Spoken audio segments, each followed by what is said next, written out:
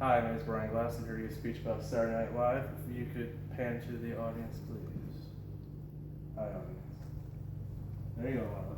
Go show you the audience. Okay.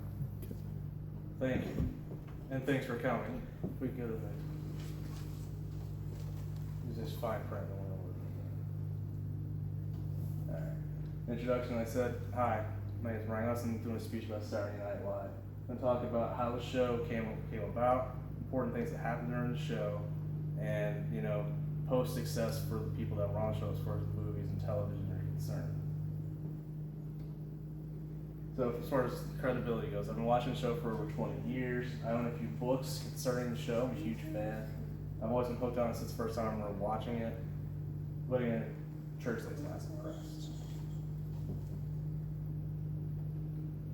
Alright, so TV before Saturday Night Live was pretty one-dimensional. It was pretty much your suit, coat, and tie, traditional type of television. You had your sitcoms, you had your All in the Family, stuff like that, but in the end, it wasn't anything that was revolutionary, and that's where Saturday Night Live came in. Now, the show wouldn't have happened if it wasn't for one guy. Johnny Carson. Johnny Carson was the host of The Tonight Show, and he wanted NBC to stop using his reruns on the weekends so he could have more vacation time during the year. So NBC hit the panic button because they wanted to keep the ad revenue from the local affiliates for themselves. So that's where they brought in Lorne Michaels and Dick Ebersol to help put the show together, and that's where Saturday Night Live came about. Now, before we get into this part, I just want to say it was actually called NBC Saturday Night because ABC had their own show called Saturday Night Live. It was up until around 1976, and then when that show went off the air, NBC's Saturday Night Show took the name Saturday Night Live. But as far as this one goes, it debuted on October 11th, 1975 with George Carlin as the first host. Now, if anyone's aware of his material, you know that it's very blue, it's very offensive. So they made sure to put a delay on him because if he used anything that the censors thought was inappropriate, they would be able to go ahead and censor that out before the audience would take a look at it. But along with George Carlin, they also had a couple movies, they had musical guests, and then they also had the Muppets, but if you can clearly see, that's not the Muppets that you're used to. So this is the original cast. You're looking from left to right, you got Garrett Morris, you got Jane Curtin, you got Lorraine Newman, Dan Aykroyd, Gilda Radner, and John Belushi. Now, Bill Murray's pictured, but he wasn't in the first season, Chevy Chase was. But Chevy Chase left within 1 year to go make the National Lampoon movies, so Bill Murray came in and took his place. They instantly became rock stars overnight because of the popularity of the show, because of how new it was.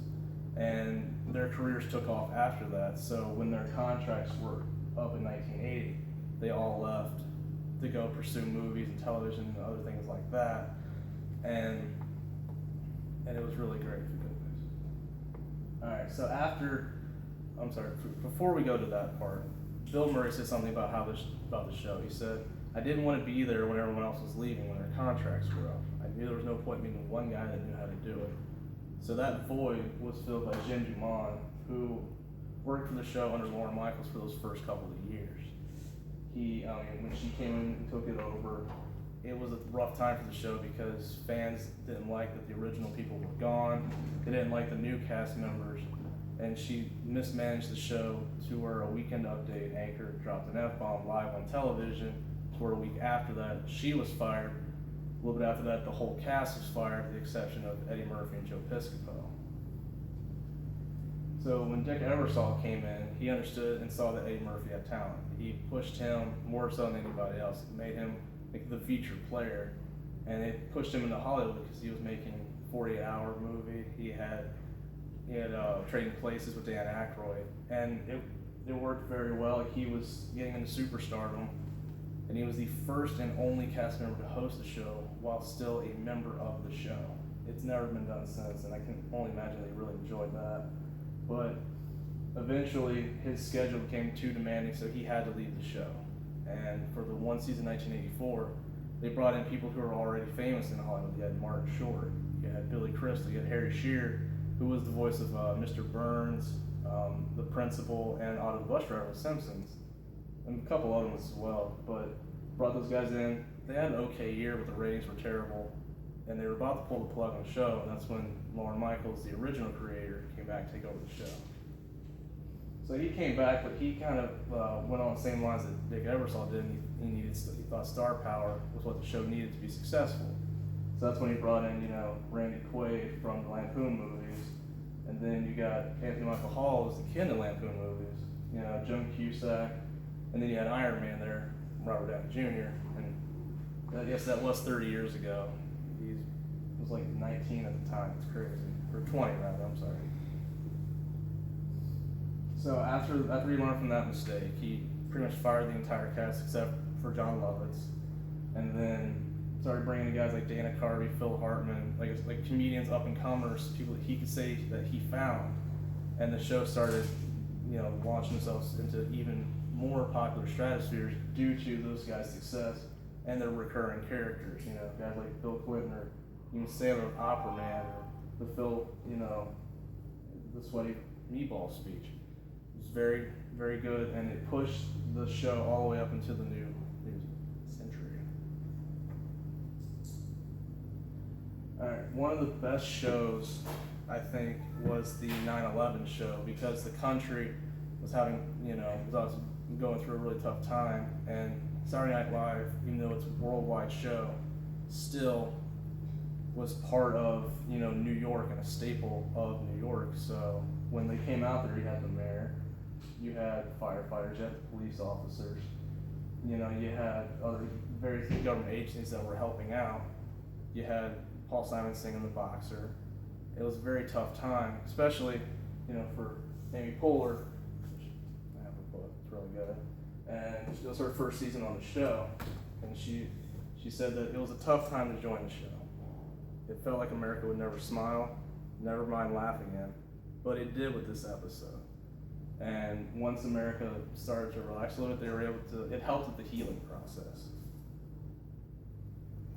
So, as far as the show goes, it wouldn't be where it's at without the comedians and their famous characters. You could look at, Will Ferrell's, Trebek, or him as George W. Bush, or even Chris Farley as a motivational speaker.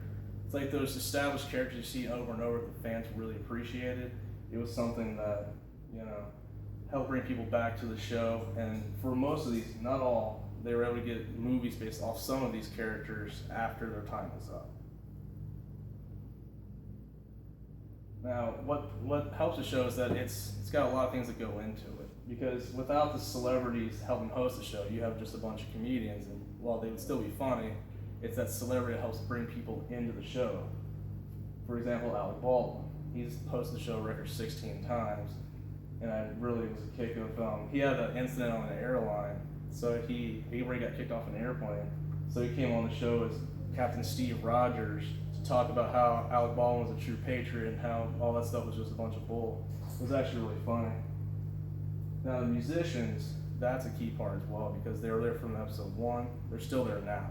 It was fantastic, and it's pretty much like, you can look back at any episode and see the musicians and say, that was an era of the country, that was where we were at the time, whether it's like Prince or, Chumbawamba or whatever, they were all there, and it really shows that like music is just as much of a part of it as the comedy. And then the Weekend Update, it's the only spot on the show where the guys or gals use their own names when they talk, so it makes them household names because you know who they are because they say who they are. What made Chevy Chase, it helped launch him into Lampoon movies. I mean, it even helped as far as Seth Meyers or Jimmy Fallon, because they host The Late Show and The Tonight Show respectively. And another thing with Amy Poehler and Tina Fey with all the movies and TV shows that they've made. Without The Weekend Update, which is the longest segment on the show, most of those people would not be where they're at today. Now, along those lines, no one stays on the show forever. I think the record's like 11 or 12 years, I think, for Daryl Hammond, but most people go on to do, great things. Like I said, it's a nice show for Jimmy Fallon. Got the Ghostbusters movies, Coneheads. Parks and Rec was 7 seasons, fantastic.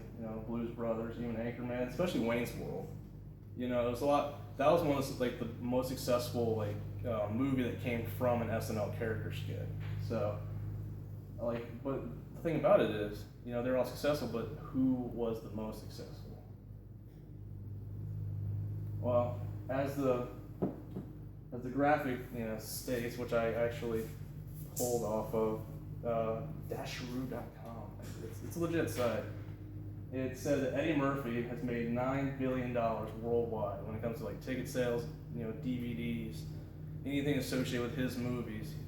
He's made the most. Now a lot of that helps, because he's made more movies than anybody else. But even still, $9 billion is nothing to sneeze at. And then you can also see you got Ben Stiller, which he was on the show for like half a season. Robert Downey Jr. Again, I don't really count that because the Iron Man movies had nothing to do with SNL. And then you got Sandler, Mike Myers, and all the other guys. Now it's funny. It was actually a two-part graphic. It had these with how much money they made, and it had another one that showed just like how much some of them stunk. So Adam Sandler's made $4.6 billion. He's like a dead last when it comes to popularity on his movies, which makes no sense to me at all. Like why people spend so much money knowing he's terrible.